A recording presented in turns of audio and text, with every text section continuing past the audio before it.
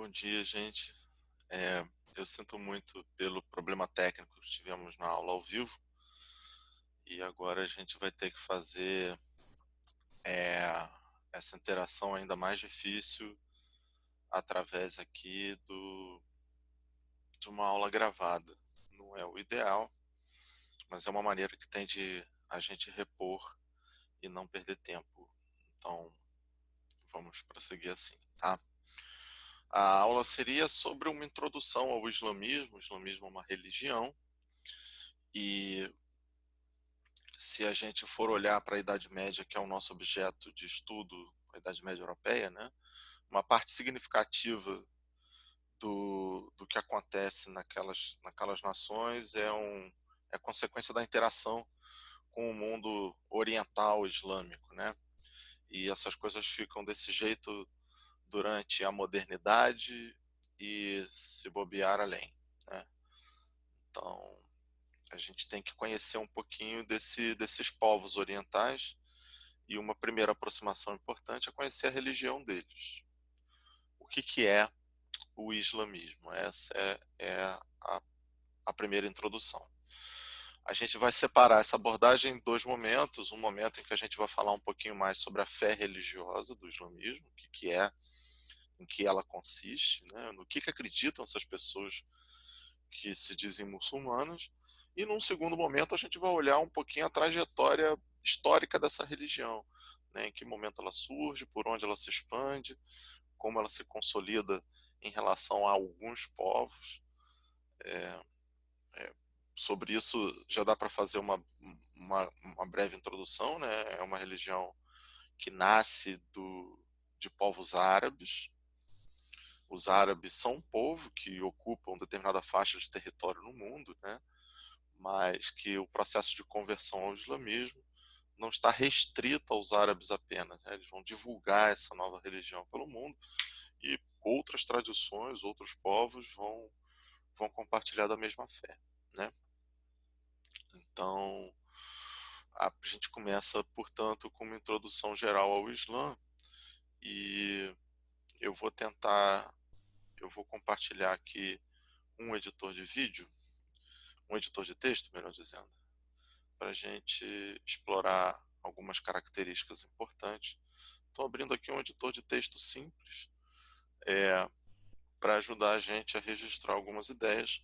Então, a aula de hoje, o objeto dela é uma introdução geral ao islamismo, né?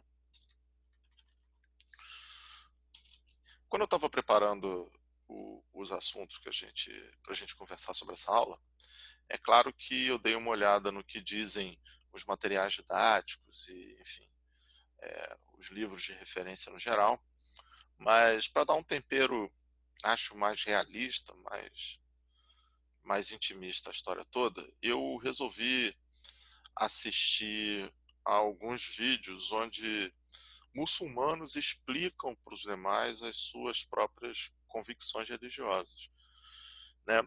A ideia era que eu vou tirar o discurso da letra fria do livro e vou tentar aquecer com a voz de um praticante da religião, né? De que maneira ele seria capaz de expor as suas próprias crenças para quem se interessa sobre o assunto, né?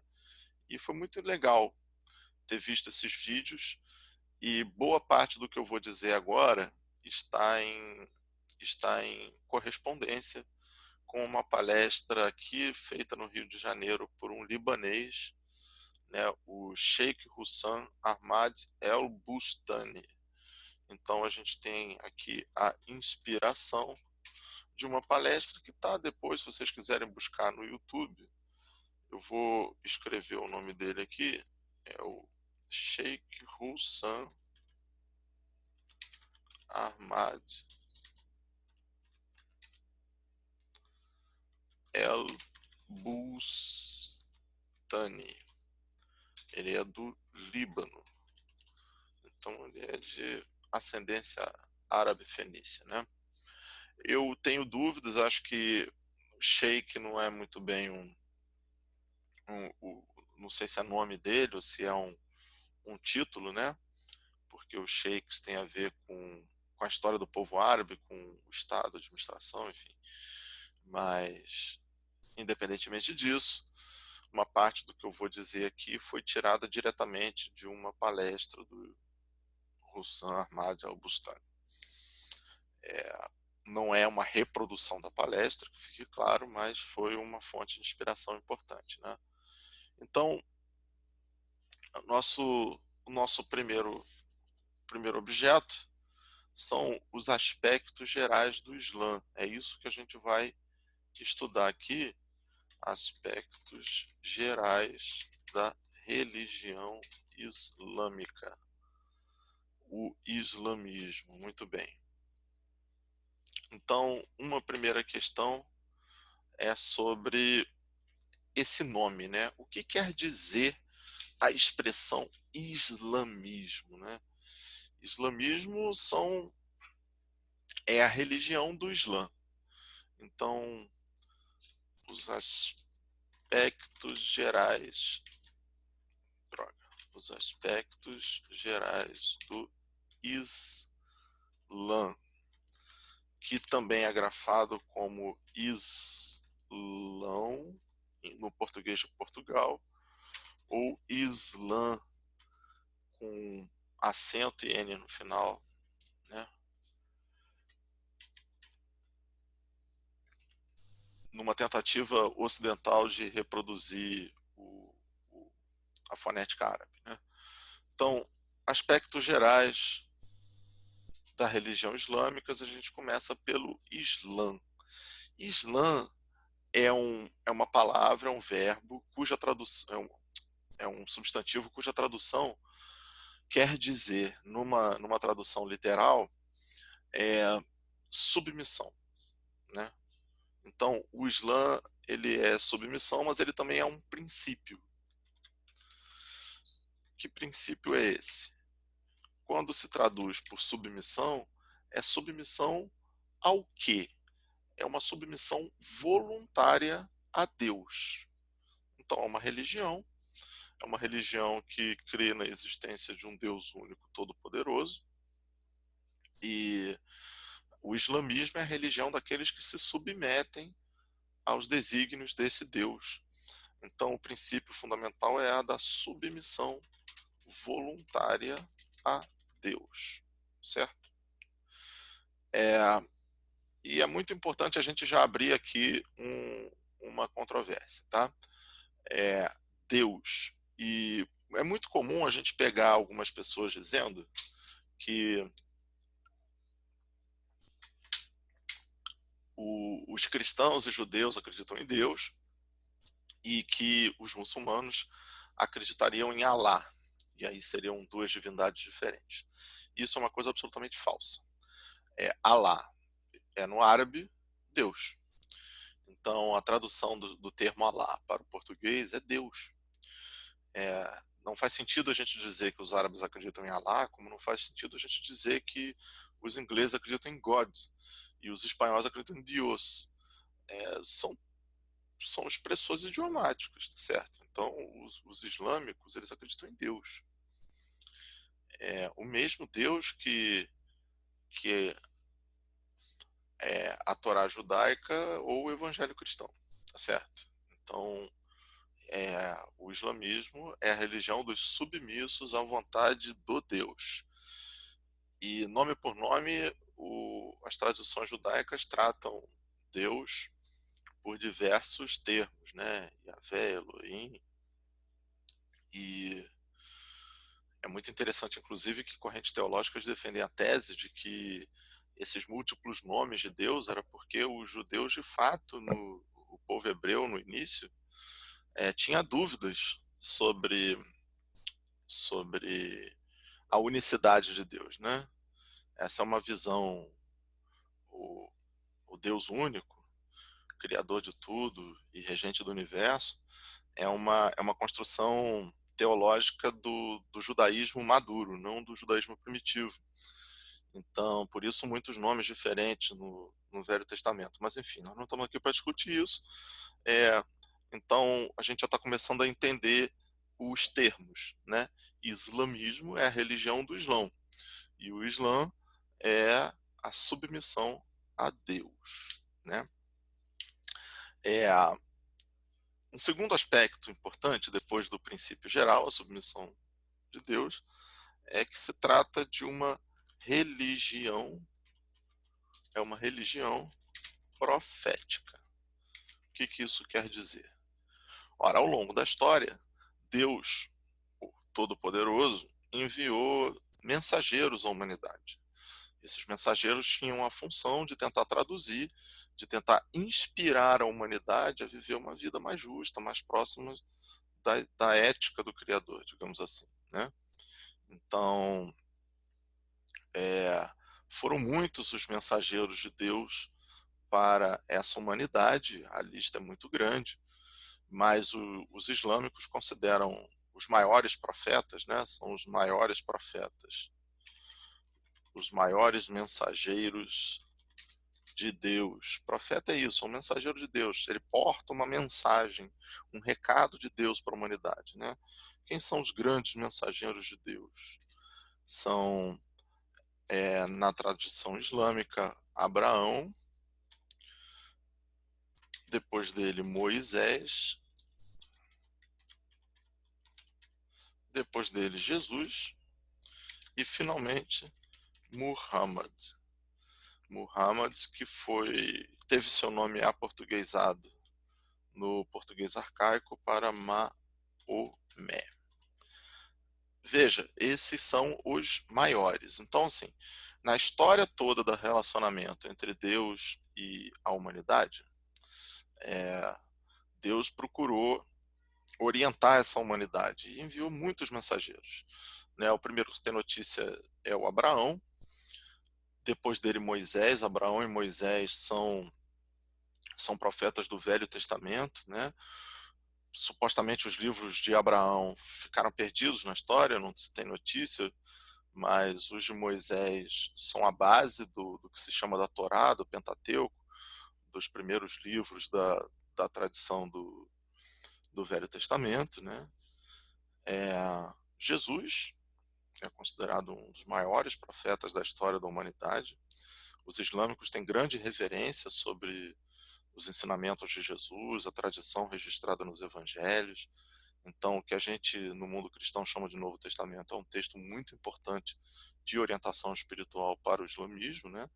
E, bom, da tradição judaica e da tradição cristã existe uma grande novidade trazida ao mundo, que são as revelações do profeta Muhammad, do profeta Maomé, certo? Então, é muito importante abrir um parêntese aqui e dizer que esses não são os únicos profetas, são os maiores, os mais importantes de todos. Eles consideram Davi um profeta de Deus, eles consideram João Batista um profeta de Deus, eles consideram Maria, mãe de Jesus, uma profetisa de Deus, né? E é muito importante a gente, quando usa o termo profeta, né, entender que esses seres humanos existiram e que na visão religiosa desses praticantes são pessoas especiais, são pessoas dotadas de um dom, de uma relação muito mais íntima com Deus que a média da humanidade, né?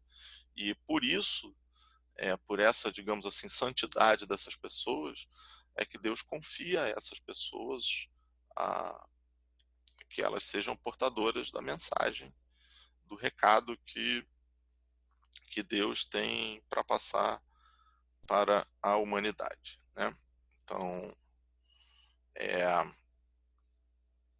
finalmente, o último termo que nos é importante nessa visão geral, né, do Islã é o termo muçulmano. Muçulmano. É, eu não sei contar direito a história linguística desse termo, mas ele tem relação com Muslim no inglês e em outras acepção, que são digitei errado ali, peraí, Muslim,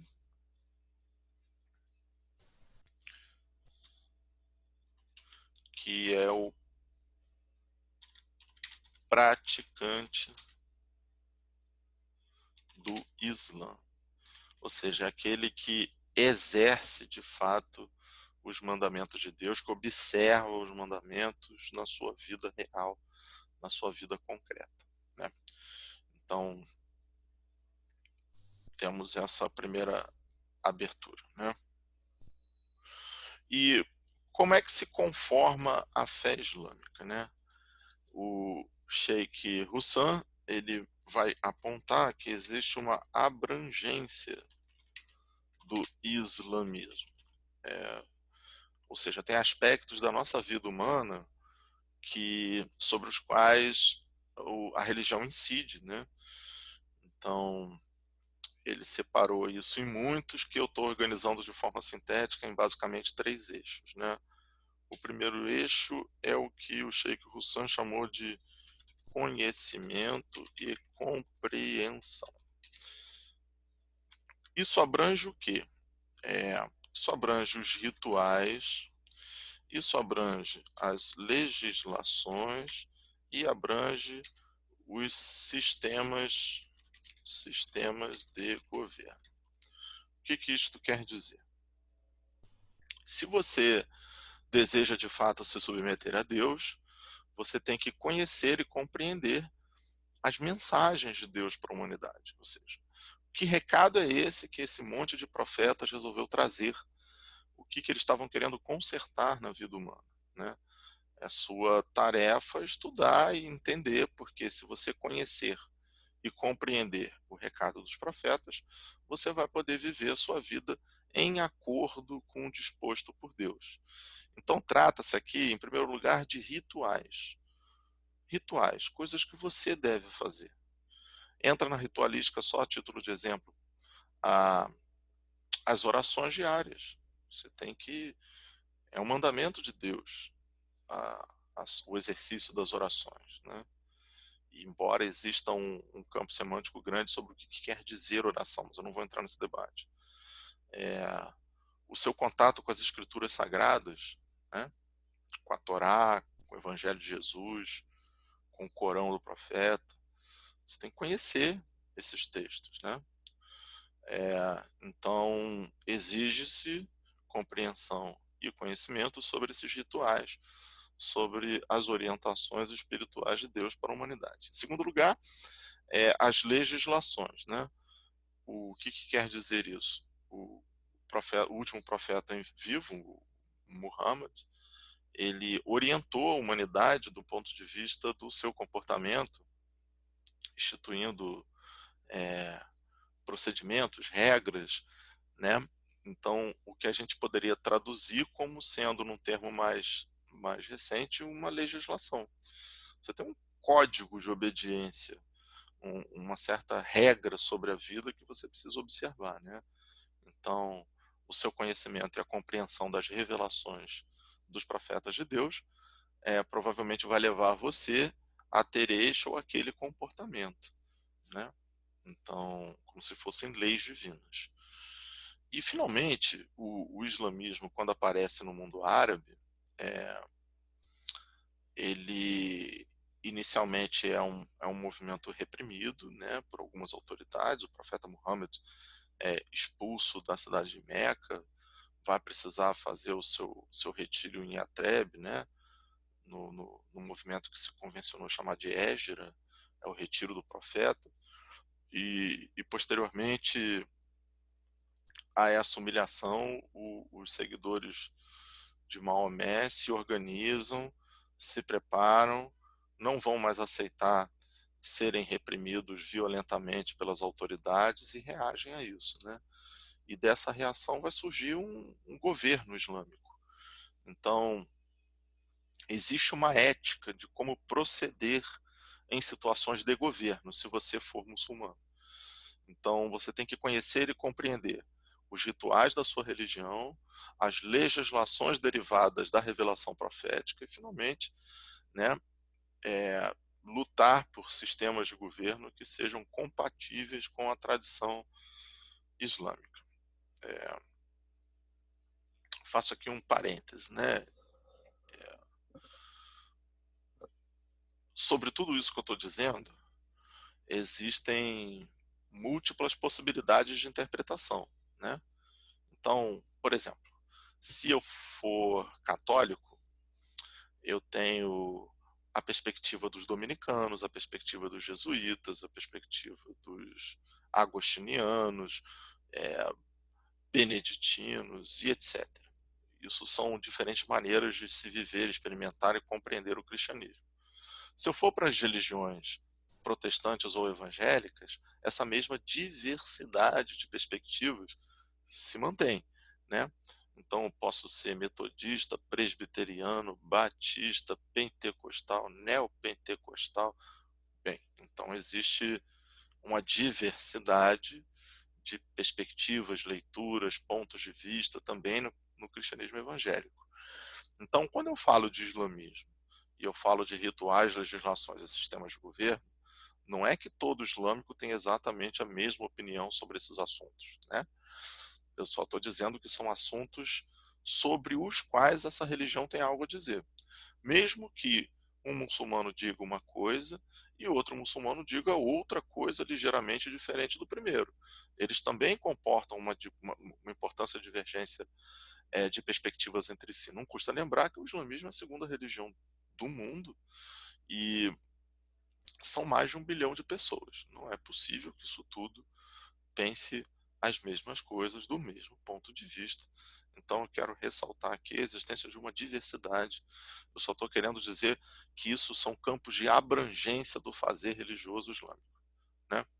Bom, em segundo lugar, o Sheikh Hussam apontou que a centralidade da fé, né? E essa centralidade vai compreender um determinado sistema de crenças, são as crenças muçulmanas, ou seja, a crença na existência de um Deus, criador de toda a vida, e a existência dos profetas como reveladores da palavra de Deus para a humanidade, né? Então, é um sistema de crenças. De novo, a gente volta aos rituais, né? A fé é tudo que explica estar por trás dos rituais muçulmanos, né? Mas o Sheikh também aponta a existência de uma determinada ética, é, uma ética islâmica, ou seja, esse sistema de crenças e essa fé, ela pode se traduzir num determinado comportamento ético diante do mundo da vida. E eu não vou querer explorar isso, que é uma coisa muito complexa. Eu estou citando a abrangência do fazer religioso islâmico. E, finalmente, ele ressalta aqui o compromisso e obediência. Como assim compromisso e obediência? Bom, o Islã é o princípio de submissão às vontades de Deus, né? Então você deve observar, você deve certa obediência a esse Deus criador de tudo. E, como toda religião, é, é, um, é, um, é uma religião que vai exigir o compromisso do praticante, né? Enfim, se você é católico, você é convocado a se fazer presente nas missas e rituais, né? Se você é evangélico, você frequenta os cultos, enfim. É uma exigência de compromisso que todo fazer religioso tem. O islamismo não seria diferente. O islamismo tem orientações muito claras que vieram dessas revelações proféticas e, olha, é uma religião que vai convocar os seus seguidores, a humanidade a acompanhar este programisso, esse compromisso, esse programa, né, que os profetas trouxeram para o convívio humano. Então, é uma religião tão abrangente como todas as que a gente conhece por aqui, né? É, então, vimos os aspectos gerais do Islã, essa, esse compromisso grande com os princípios da revelação, e finalmente a gente tem que ver em que consiste essa fé, né? O que o islamismo tem a dizer ao mundo, né? Vamos começar a ver aqui, acho que os dois âmbitos em que isso fica claro. O primeiro é, é o âmbito da fé, da revelação, e o segundo dos rituais. Eu acho que se a gente compreende os princípios da fé islâmica e associa ela aos seus rituais, a gente consegue ter uma visão geral do que é que o islamismo veio dizer ao mundo, né? Então, vamos dar uma olhada aqui nos princípios da fé islâmica. Bom, em primeiro lugar, né? A gente vai ter a proclamação da fé em Deus e nos anjos, perdão, nos anjos e nos livros celestiais. Essa frase eu estou tirando completamente da palestra do Sheikh Hassan, né? É fé em Deus, fé no Deus único, criador de tudo, nos seus anjos. E é muito interessante a citação que o Sheikh faz aos anjos, porque em dois momentos decisivos os anjos tiveram participação, né? Os anjos tiveram participação na revelação a Maria de que ela estaria grávida de Jesus, e a tradição dos evangelhos é uma tradição louvada e observada pelos muçulmanos. E finalmente as revelações feitas ao profeta, sobretudo nos sonhos, é uma revelação em que ele recebe a visita dos anjos, né? Sobretudo a citação explícita ao arcanjo Gabriel. Ou seja, quem efetivamente revela a palavra de Deus ao profeta Maomé são os anjos. Então a fé em Deus, nos anjos como intermediários desse Deus com os profetas, né? E nos livros celestiais, que são os livros que vão portar a revelação divina, os livros que vão registrar o que esses profetas vieram dizer, né? E agora eu continuo escrevendo frases feitas pelo Sheikh Hassan, né? Os mais importantes. São muitos os livros que condensam mensagens de Deus. Os mais importantes, segundo Sheikh Hassan, são a Torá, né, que conta a história do povo hebreu, são as revelações que chegaram por tabela de Abraão e diretamente de Moisés, né? Embora cá entre nós a gente saiba que Moisés não tenha sido o autor do texto, enfim, existe um debate teológico de que é um texto escrito às muitas mãos, em épocas até diferentes, mas enfim, ele porta a tradição mosaica, né? Aquilo que Moisés trouxe ao mundo. Então as revelações de Moisés estão mais ou menos naquele texto. A Torá, os salmos, né? Que são cânticos a Deus, a maior parte deles escrita por Davi, enfim, pelo povo hebraico daquele contexto, né? E os evangelhos de Jesus.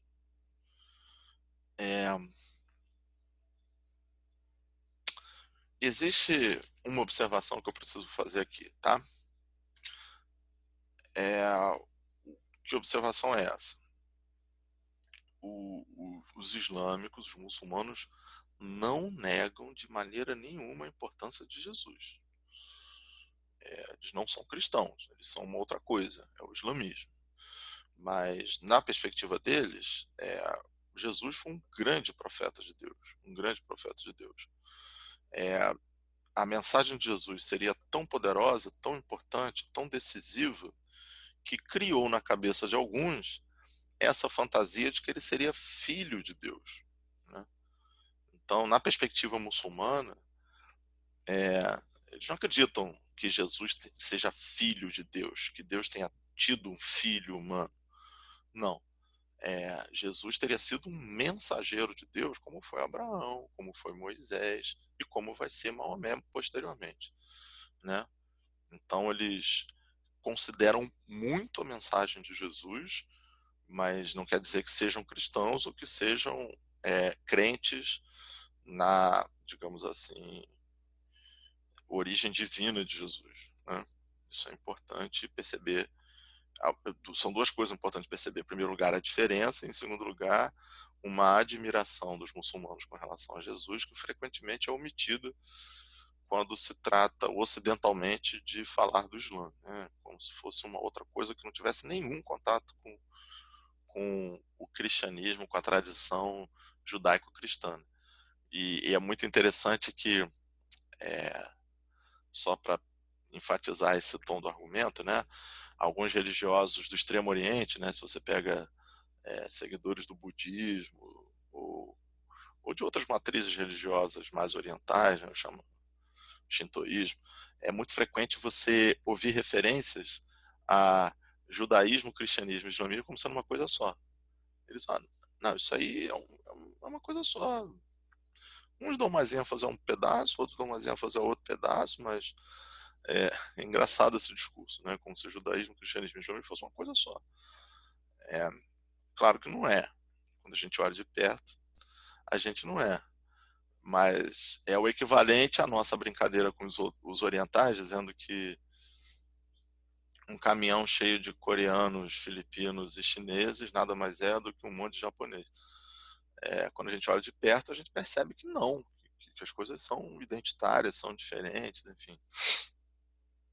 Mas eu gostaria de enfatizar o fato aqui de que não existe uma ruptura abrupta do islamismo com o cristianismo. Existe, pelo contrário, um respeito e uma deferência muito grande à tradição da Torá, dos Salmos de Jesus, né?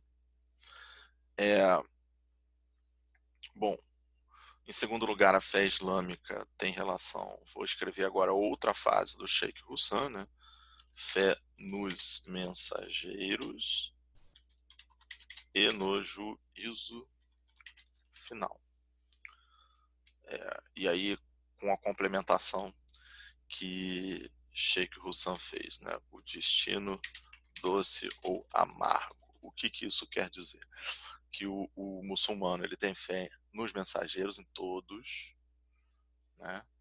Então, Abraão, Moisés, Jesus, João Batista, Maria, Davi e Maomé, fé em todos esses mensageiros e no juízo final, na ideia de que em algum momento Deus Todo-Poderoso será juiz dessa humanidade.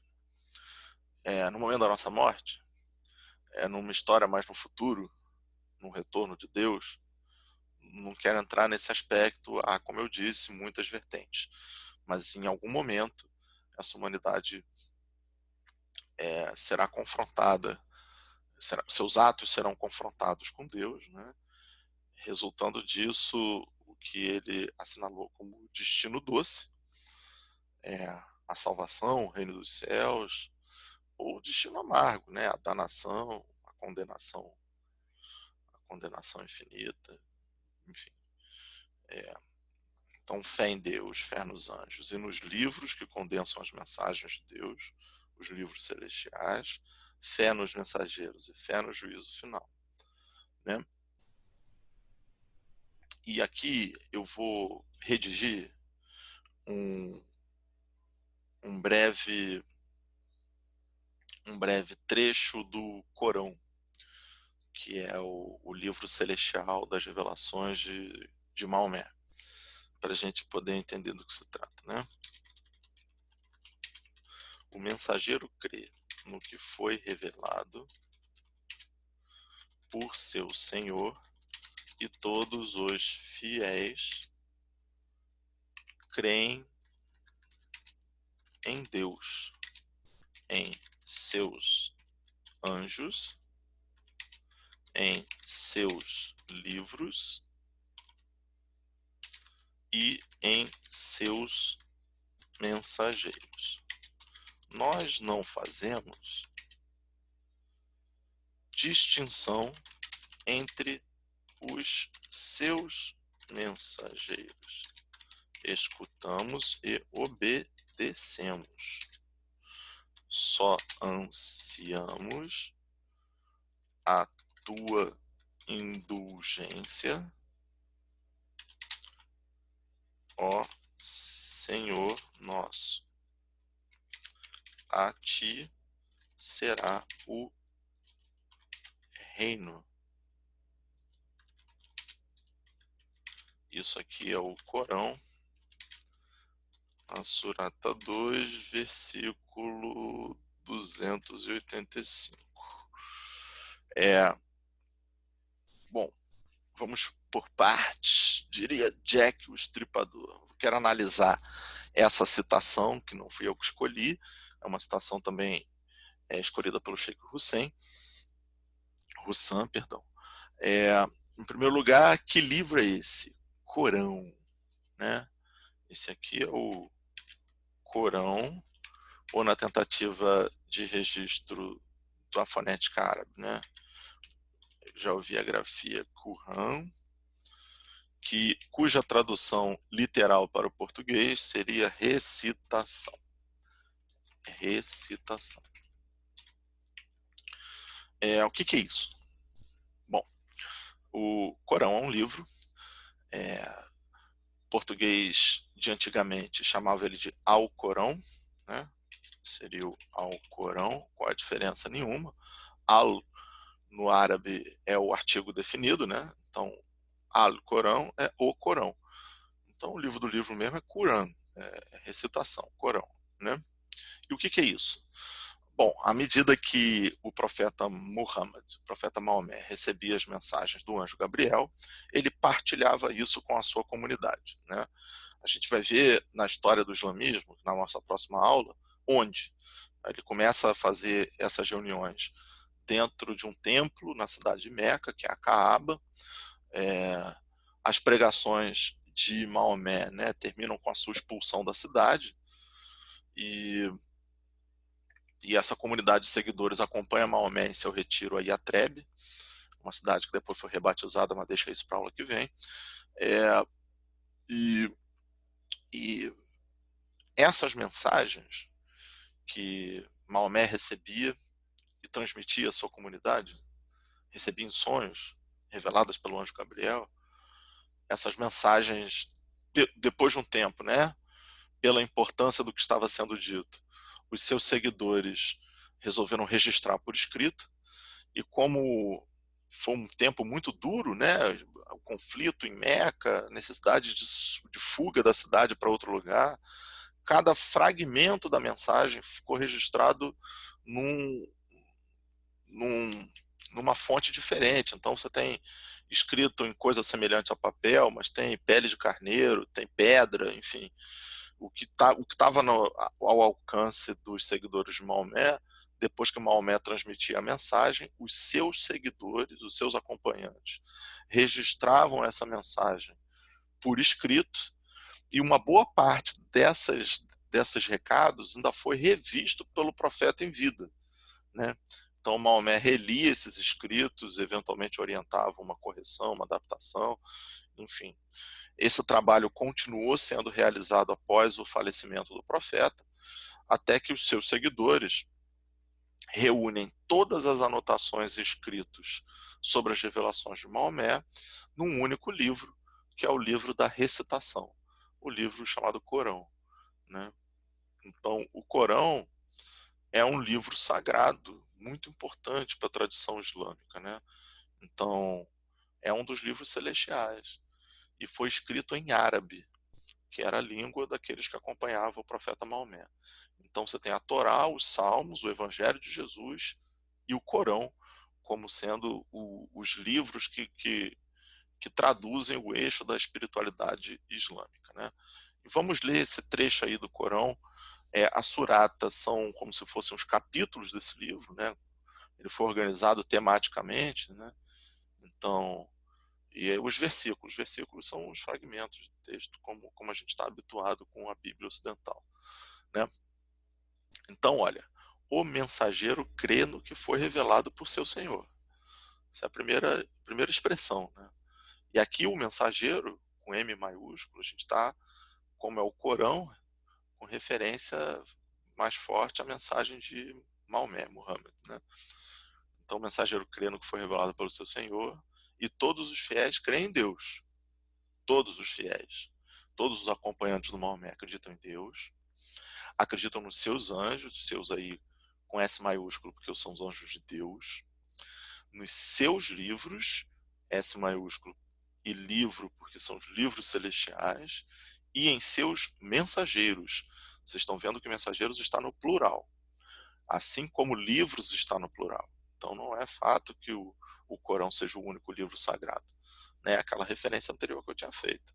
A Torá, os Salmos, o Evangelho, tudo isso é absolutamente observado e respeitado pelos islâmicos, tá? Nós não fazemos distinção entre os seus mensageiros. Olha que frase forte. A gente não faz distinção, a gente não escolhe um preferido.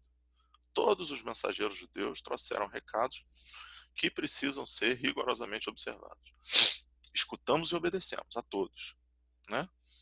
Só ansiamos a tua indulgência, né? Só desejamos nós, seres humanos, o seu perdão, ó Senhor nosso. A ti será o reino. Mensagem do Corão, Surata 2, versículo 285. Certo? Então, vocês acabaram de conhecer um pequeno fragmento do texto sagrado islâmico. Veja, essa tradução que eu estou usando é a tradução citada pelo Sheikh Hassan. Não sei se é a melhor, não sei se é a mais adequada. Não sou um especialista no tema, tá? De maneira que a gente pode avançar agora na direção dos rituais islâmicos. Os rituais islâmicos. Bom, então, vamos lá. Os rituais islâmicos. O primeiro deles que a gente pode citar aqui é a necessidade das 5 orações diárias. As 5 orações diárias estão afirmadas aí no Corão, Surata 2, versículo 110. Então, a primeira coisa que os muçulmanos, do ponto de vista ritual, orientam seus fiéis é que, olha, ao longo do seu dia, você pelo menos 5 vezes precisa parar o que você está fazendo para enviar a Deus o melhor das suas orações, né? Então, não dá para usar como desculpa essa história de que você está numa guerra, que você está trabalhando muito, que você é um homem de negócios.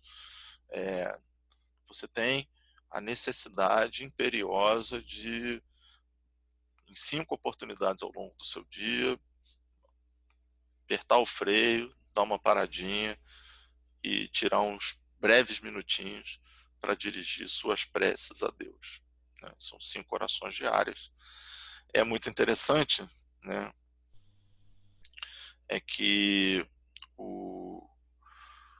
a tradição católica, quando estava na hora da reza, da missa, tocavam um sino, né, as badaladas, blim, blom, blim, blom, e aí você imagina, né, aquela cidade medieval antiga com todas as catedrais tocando seus sinos ao mesmo tempo, né, aquilo era um chamado para que as pessoas parassem o que estivessem fazendo para dirigir seus pensamentos a Deus. É só a mesma coisa, só que dentro da religiosidade islâmica, né?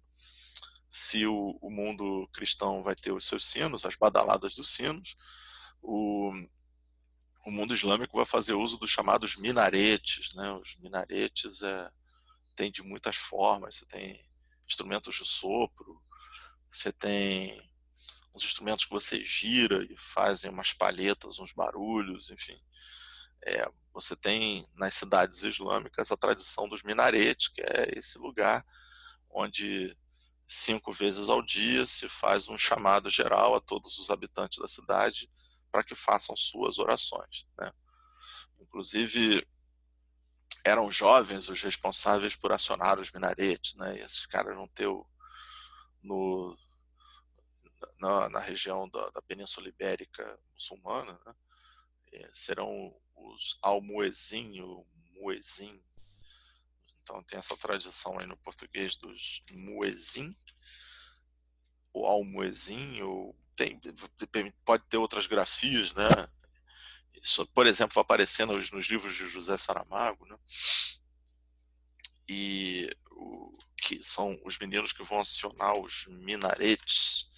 Os minaretes vão dizer que está na hora da oração. E aí os muçulmanos param o que estão fazendo e fazem a sua oração, uma oração que é com base no Islão, na submissão, uma oração que você se prostra em função da grandiosidade de Deus, né? Então, é muito comum a gente ver as cenas dos dos muçulmanos em cima de um tapete, numa superfície confortável, pôr-se de joelhos e fazer essa reverência a Deus. Então, tem a tradição das 5 orações diárias. É uma ritualística islâmica, né? Tem um adendo importante, vou falar rapidamente sobre isso, que o fato das revelações terem acontecido inicialmente no templo da Caaba, que fica em Meca, transforma essa cidade numa cidade muito importante na tradição islâmica, e muitos muçulmanos fazem questão de que esta oração seja feita na direção geográfica de Meca, né? Então tem essa homenagem, digamos assim, à cidade das revelações do profeta. O segundo ritual islâmico importante é o pagamento do zakat, né? O zakat é uma estimativa de que aproximadamente 2,5% da riqueza de um muçulmano deve ser transformado em doação. Isso daí está também no Corão, na Surata 2, versículo 110. 2,5% é, são uma doação compulsória do muçulmano de toda a sua riqueza anual. Bom, isso daí nos lembra muito o dízimo, né, os 10% do cristianismo. Mas há uma diferença gigantesca, gigantesca. O muçulmano, pois assim está registrado no Corão, ele tem uma obrigatoriedade com o destino disso. Ou seja, na medida em que a liderança religiosa arrecada todas essas doações dos fiéis, você não é para construir um templo folhado a ouro, com mármore Carrara, não é para isso não. Né? O uso desse dinheiro está regulado pelo Corão. Então é para você ajudar os fiéis que não têm como se alimentar e se sustentar, é para você construir hospitais e espaços de cuidado, é para você construir orfanatos, ou seja, a destinação desse dinheiro são benfeitorias especialmente voltadas aos muçulmanos mais necessitados. Esse negócio do zakat é um negócio tão sério que a gente não tem muita noção disso, mas é muito raro você num país muçulmano encontrar a pobreza absoluta. Muito raro. Mesmo uma ditadura absolutamente censurável como a da Arábia Saudita, que todos vocês já devem ter ouvido, é um dos países que eu acho mais repugnante no mundo, junto com um grupo seleto. Você não tem mendigo na rua, você não tem pobreza, você não tem pessoa desassistida. É muito interessante essa tradição muçulmana, islâmico-árabe, né? Você, por mais que tenha críticas ao autoritarismo de uma ou outra nação, a Líbia mesmo, que até recentemente, antes da Primavera Árabe, né, era uma ditadura do Muammar Gaddafi, que inclusive acumulava bens para si próprio, né, como destinatário de boa parte da lucratividade dos negócios de petróleo, também você não tinha pobreza, miséria, gente sem hospital. É impressionante, né, como esse cuidado com os pobres tem um significado importante, central, na tradição religiosa islâmica. Então, o pagamento do zakat não é para grandes templos, não é para grandes catedrais e sacerdotes que vão viver nababescamente. Não que isso não aconteça, né? Mas que existe um compromisso com o distributivismo, isso de fato existe. É uma questão importante, né? Terceira ritualística, letra C aqui, do islamismo, é a observação do jejum durante o Ramadã, né? E aí aqui eu vou colocar um outro trecho do Corão para a gente conhecer, né? Ramadã é o mês em que foi revelado o Corão como orientação para a humanidade e como evidência da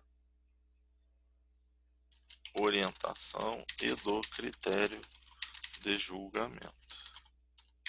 Então, quem de vós presenciar esse mês deve nele jejuar. Então, isso aqui é o Corão, Surata 2, versículo 185. O que isso quer dizer, né?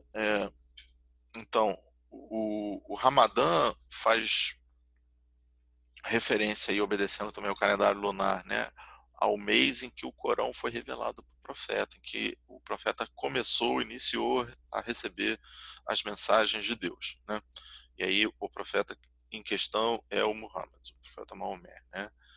E por causa disso, todo mês, todo Ramadã, todo ano, nesse mesmo mês do calendário lunar, os muçulmanos fazem jejum.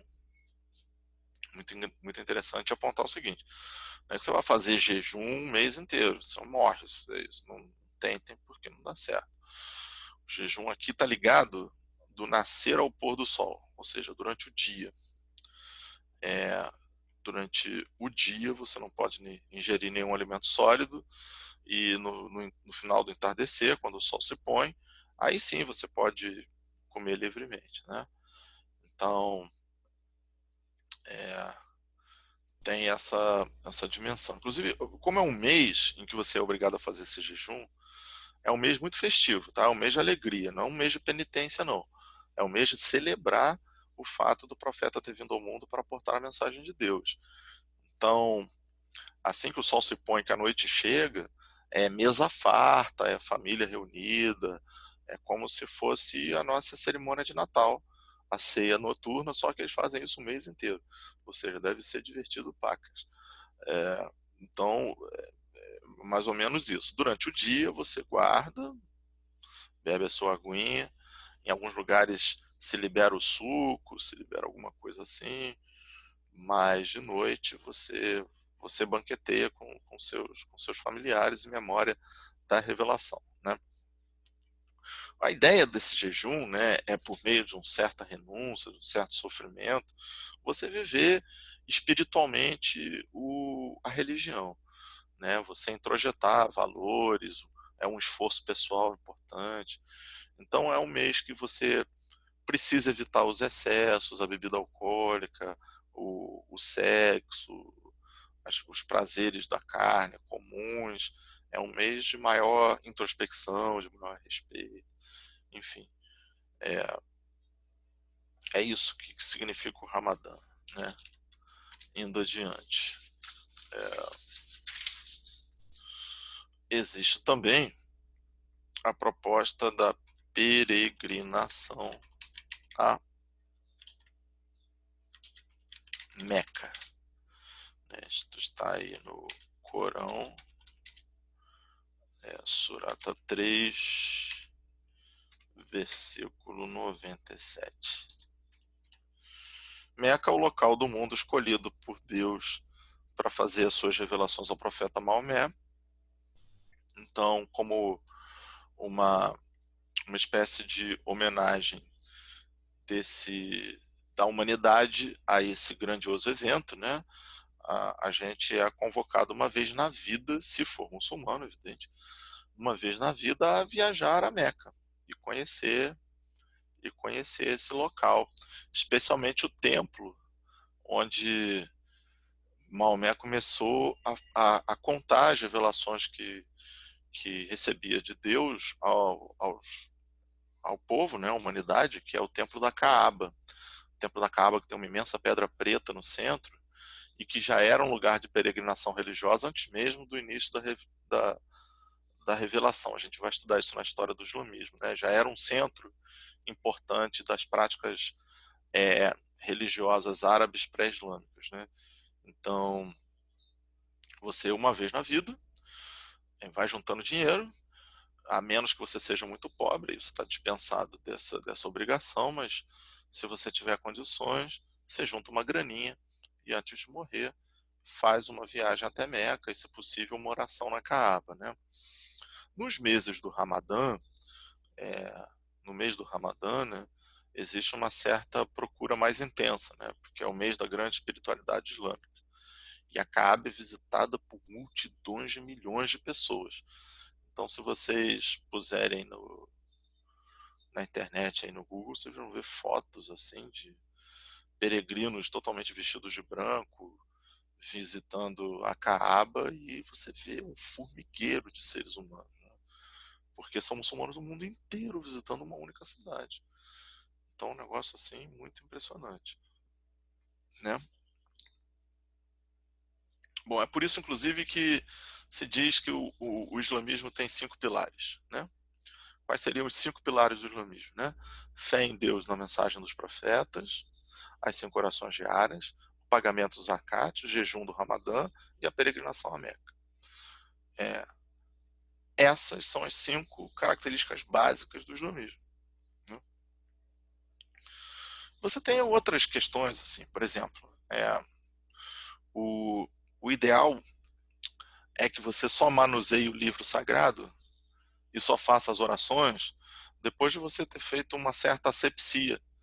Então, a limpeza das mãos, por exemplo.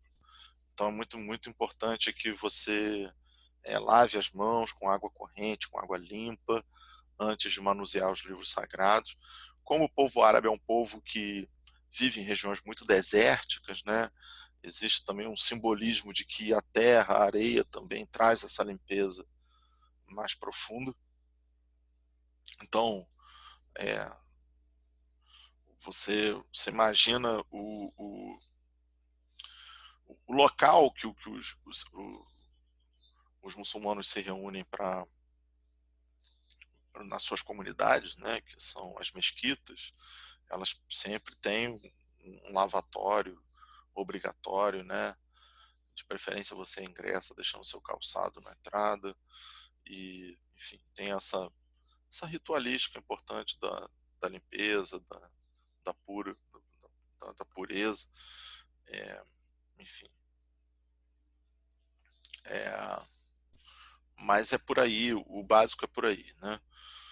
E, finalmente, a gente tem que conhecer algumas outras tradições importantes do islamismo, é, que vão dar, inclusive, base para as diferentes perspectivas contemporâneas do Islã e históricas também, né?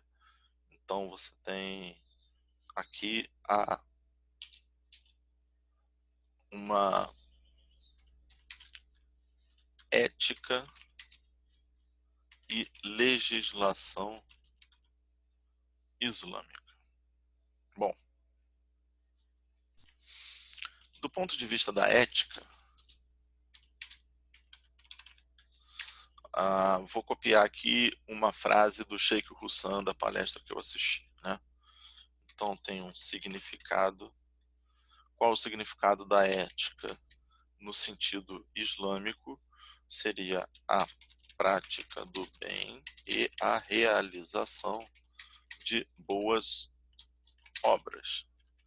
A gente vai estudar mais tarde, né, a reforma protestante ou evangélica no âmbito do cristianismo, e vai ver que esse é o centro de uma disputa interna no cristianismo, né? Então, o senso de justiça, o senso de benfeitoria, o senso do que seriam as boas obras, também são objetos de reflexões muçulmanas. Isso não é uma coisa que apenas atinja o cristianismo, mas também é uma questão importante para os islâmicos, né? E aí, como eu falei, são muitos pontos de vista diferentes, não tem como a gente dizer que 1 bilhão de pessoas entende boas obras e a prática do bem como sendo uma coisa só. Bom, em segundo lugar, a legislação islâmica costuma estar registrada em livros inspirados pelas mensagens proféticas, né, que tem o nome de Sharia. Então tem muitos escritos estudiosos islâmicos que vão tentar trabalhar a legislação em torno o que seriam regras, condutas e mesmo leis nacionais em alguns lugares, inspiradas pelos princípios da mensagem, né? E qual é a abrangência disso, né? Você tem aqui uma abrangência grande. A abrangência, segundo o Sheikh Hussam, passa por um código penal, por uma ideia de penas, punições pelo descumprimento de normas e regras. A religião vai tentar abranger esse tipo de coisa. Parêntese importante, não é uma novidade islâmica, né? Depois que a gente sabe que a Inquisição existiu, o que é a Inquisição, senão um código penal fundamentado em leis religiosas, claro, para o caso cristão, a gente está falando isso, né? Vai abranger também o casamento e assuntos familiares. Em terceiro lugar, transações financeiras e contratos. Em quarto lugar, conflitos de uma maneira geral na sociedade, as determinações do governante, muitas referências aqui aos sultãos, que são as autoridades árabes do contexto da implementação, da criação da religião, e as relações internacionais. Ou seja, a partir de uma perspectiva das mensagens proféticas, você vai ter a criação de normas de Sharia sobre toda essa gama de assuntos, e essa tentativa de normatizar todo esse amplo espectro da existência humana vai criar as divergências internas, né? Então, a diferença entre um salafita, um sunita, um xiita, muito gira em torno de diferentes perspectivas em torno dessas questões, né? Então, como eu disse, não existe uma unanimidade do que é viver uma vida condizente com isso, do ponto de vista da mensagem revelada, mas é abrangente a esse ponto. Ou seja, tudo isso aqui possui algum tipo de relação com, a religião em si, né? De maneira que existem alguns livros que são escritos e que são tidos como sagrado por muitas dessas perspectivas islâmicas, né? Exemplos que a gente pode dar disso. Tem o Fiqh, que é um livro sobre jurisprudência islâmica. Como assim? Como grandes sacerdotes islâmicos resolveram este conflito naquele caso. Viu? Aquele conflito não é semelhante ao que você está vivendo hoje, então aquele ensinamento serve para você. Então a FIC seria um grande compilado de jurisprudência islâmica para esses âmbitos aí, né? Isso foi escrito já há bastante tempo, enfim. Ele é complementado por um livro que é a Suna, de onde deriva o termo sunita para determinado ramo do islamismo, né? A Suna seria o livro que narra as histórias de vida do profeta Maomé, Muhammad, né? O que foi chamado pelo Sheikh Hussam de a tradição profética honrosa. Como assim? O que isso quer dizer? A Suna é um livro que não vai trazer as revelações do profeta. Esse é o Corão, né? A Suna é um livro que vai trazer histórias de vida do profeta, como que o profeta se conduzia diante de determinadas situações de vida corriqueira, né? E se o profeta era o escolhido de Deus, o mensageiro, então é claro que ele tinha uma, uma conduta de vida, uma ética que precisam ser muito louvadas e obedecidas, respeitadas, ou seja, como que os gestos do profeta vivo inspiram uma conduta individual, né? É mais ou menos isso que esse livro vai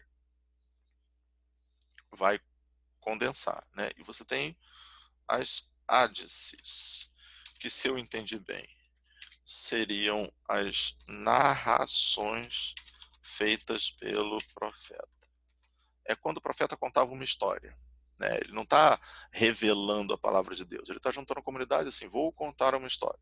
Isso lembra muito, né, as parábolas de Jesus.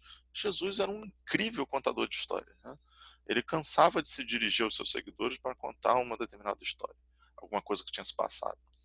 E é claro que essas parábolas de Jesus, como as parábolas de Maomé, estão impregnadas de ética, de sentido, de, olha, eu quero passar uma mensagem. Existe uma moral da história aqui nessa narrativa que eu estou fazendo, né? E é ela que é o importante. Não é a história em si para você memorizar. É para você pegar a moral da história, né? De maneira que tudo que se diz respeito à ética e à legislação, a gente vai encontrar na Sharia, na Fiqh, na Sunna e nas Hadices, né? As narrativas do profeta. Bom, queridos, é isso. É, a gente, na próxima aula, vai conhecer a história, né?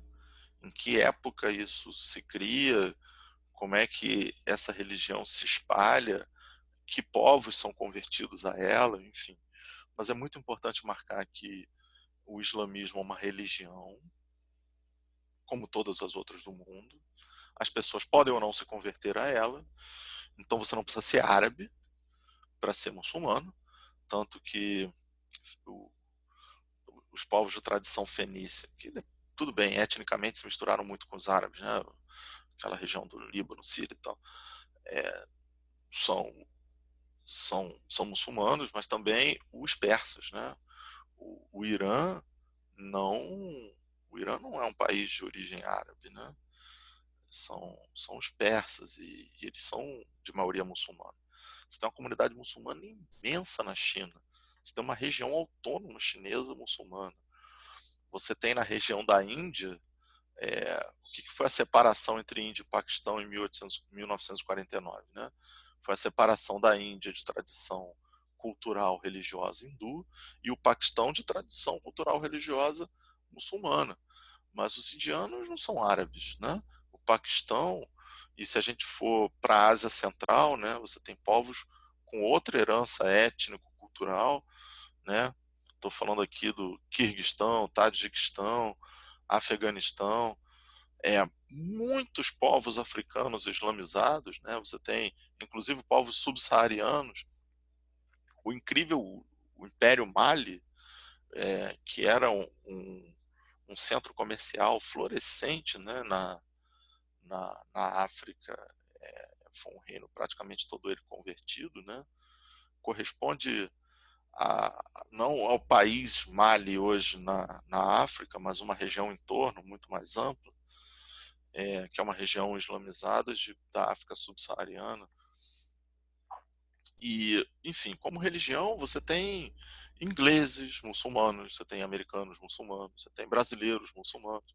Existe uma comunidade islâmica no Brasil, né, que é quem, inclusive, provavelmente estava promovendo essa palestra que eu vi do Sheikh Hussam. Ou seja, é uma religião como todas as outras. O que implica para a gente conhecer, entender o que esses caras acreditam. A fé deles está por aí nesse negócio que eu falei. Devo ter cometido uma mancada ou outra aqui, porque eu, como vocês, não fui educado, não conheço isso com proximidade. Mas a gente hoje faz por causa de uma guerra cultural terrível, a gente faz uma associação muito ruim entre islamismo e um grupo social qualquer considerado como adversário, né? Sobretudo com a lógica do terrorismo nos noticiários ocidentais. E sobre isso, para encerrar, eu fico com uma fala de um jornalista italiano. Um dia, numa livraria, eu costumava passar horas e horas em livrarias, aí o Covid-19 impediu a gente fazer isso, Mas eu estava folheando um livro de um jornalista italiano que diz o seguinte: é, rebeliões armadas pelo mundo tem de um montão. Você encontra em todos os lugares, né? É, as rebeliões armadas que os governos ocidentais têm afinidade são chamadas de insurgências, rebeldes ou qualquer coisa do tipo, né? Agora, as rebeliões armadas que os governos ocidentais têm antipatia são prontamente chamadas de terrorismo. No passado, essa palavra terrorismo estava muito mais ligada às rebeliões armadas da esquerda, né? Então, os anarquistas do século XIX eram terroristas. Os comunistas na Europa Ocidental eram terroristas. Os adversários da ditadura no Brasil eram chamados de quê? Terroristas. Hoje esse termo está praticamente associado com exclusividade a insurreições armadas promovidas por seguidores dessa fé religiosa que a gente acabou de enxergar, né? Então, terrorismo são os rebeldes armados que professam a fé islâmica. Isso tem feito, eu acho, um dano cultural gigantesco ao associar na mente dos ocidentais a religião como indutora desses movimentos. E não é. São movimentos políticos armados que existem desde centenas de anos e sempre existiram no mundo, né? Você tem mensagens absolutamente pacíficas vindas do islamismo, né? E se cá entre nós o islamismo fosse um explícito convite às armas, o mundo já teria se desintegrado. Porque, vamos lá, se todos os milhões de seguidores dessa religião fossem pessoas agressivas, fossem pessoas violentas, não tinha mais ninguém vivo. Ou seja, eu acho que existe hoje um preconceito terrível contra essa tradição religiosa, um preconceito que, como todos os outros preconceitos do mundo, não trazem nada de bom para a humanidade como um todo. Enfim, o objetivo dessa aula é que vocês conhecessem um pouco dos princípios islâmicos, para a gente conhecer agora, a partir da semana que vem, a história dos povos árabes e da expansão islâmica no mundo, né? Espero que tenha sido compreensível. Um grande abraço a todos vocês da 1002.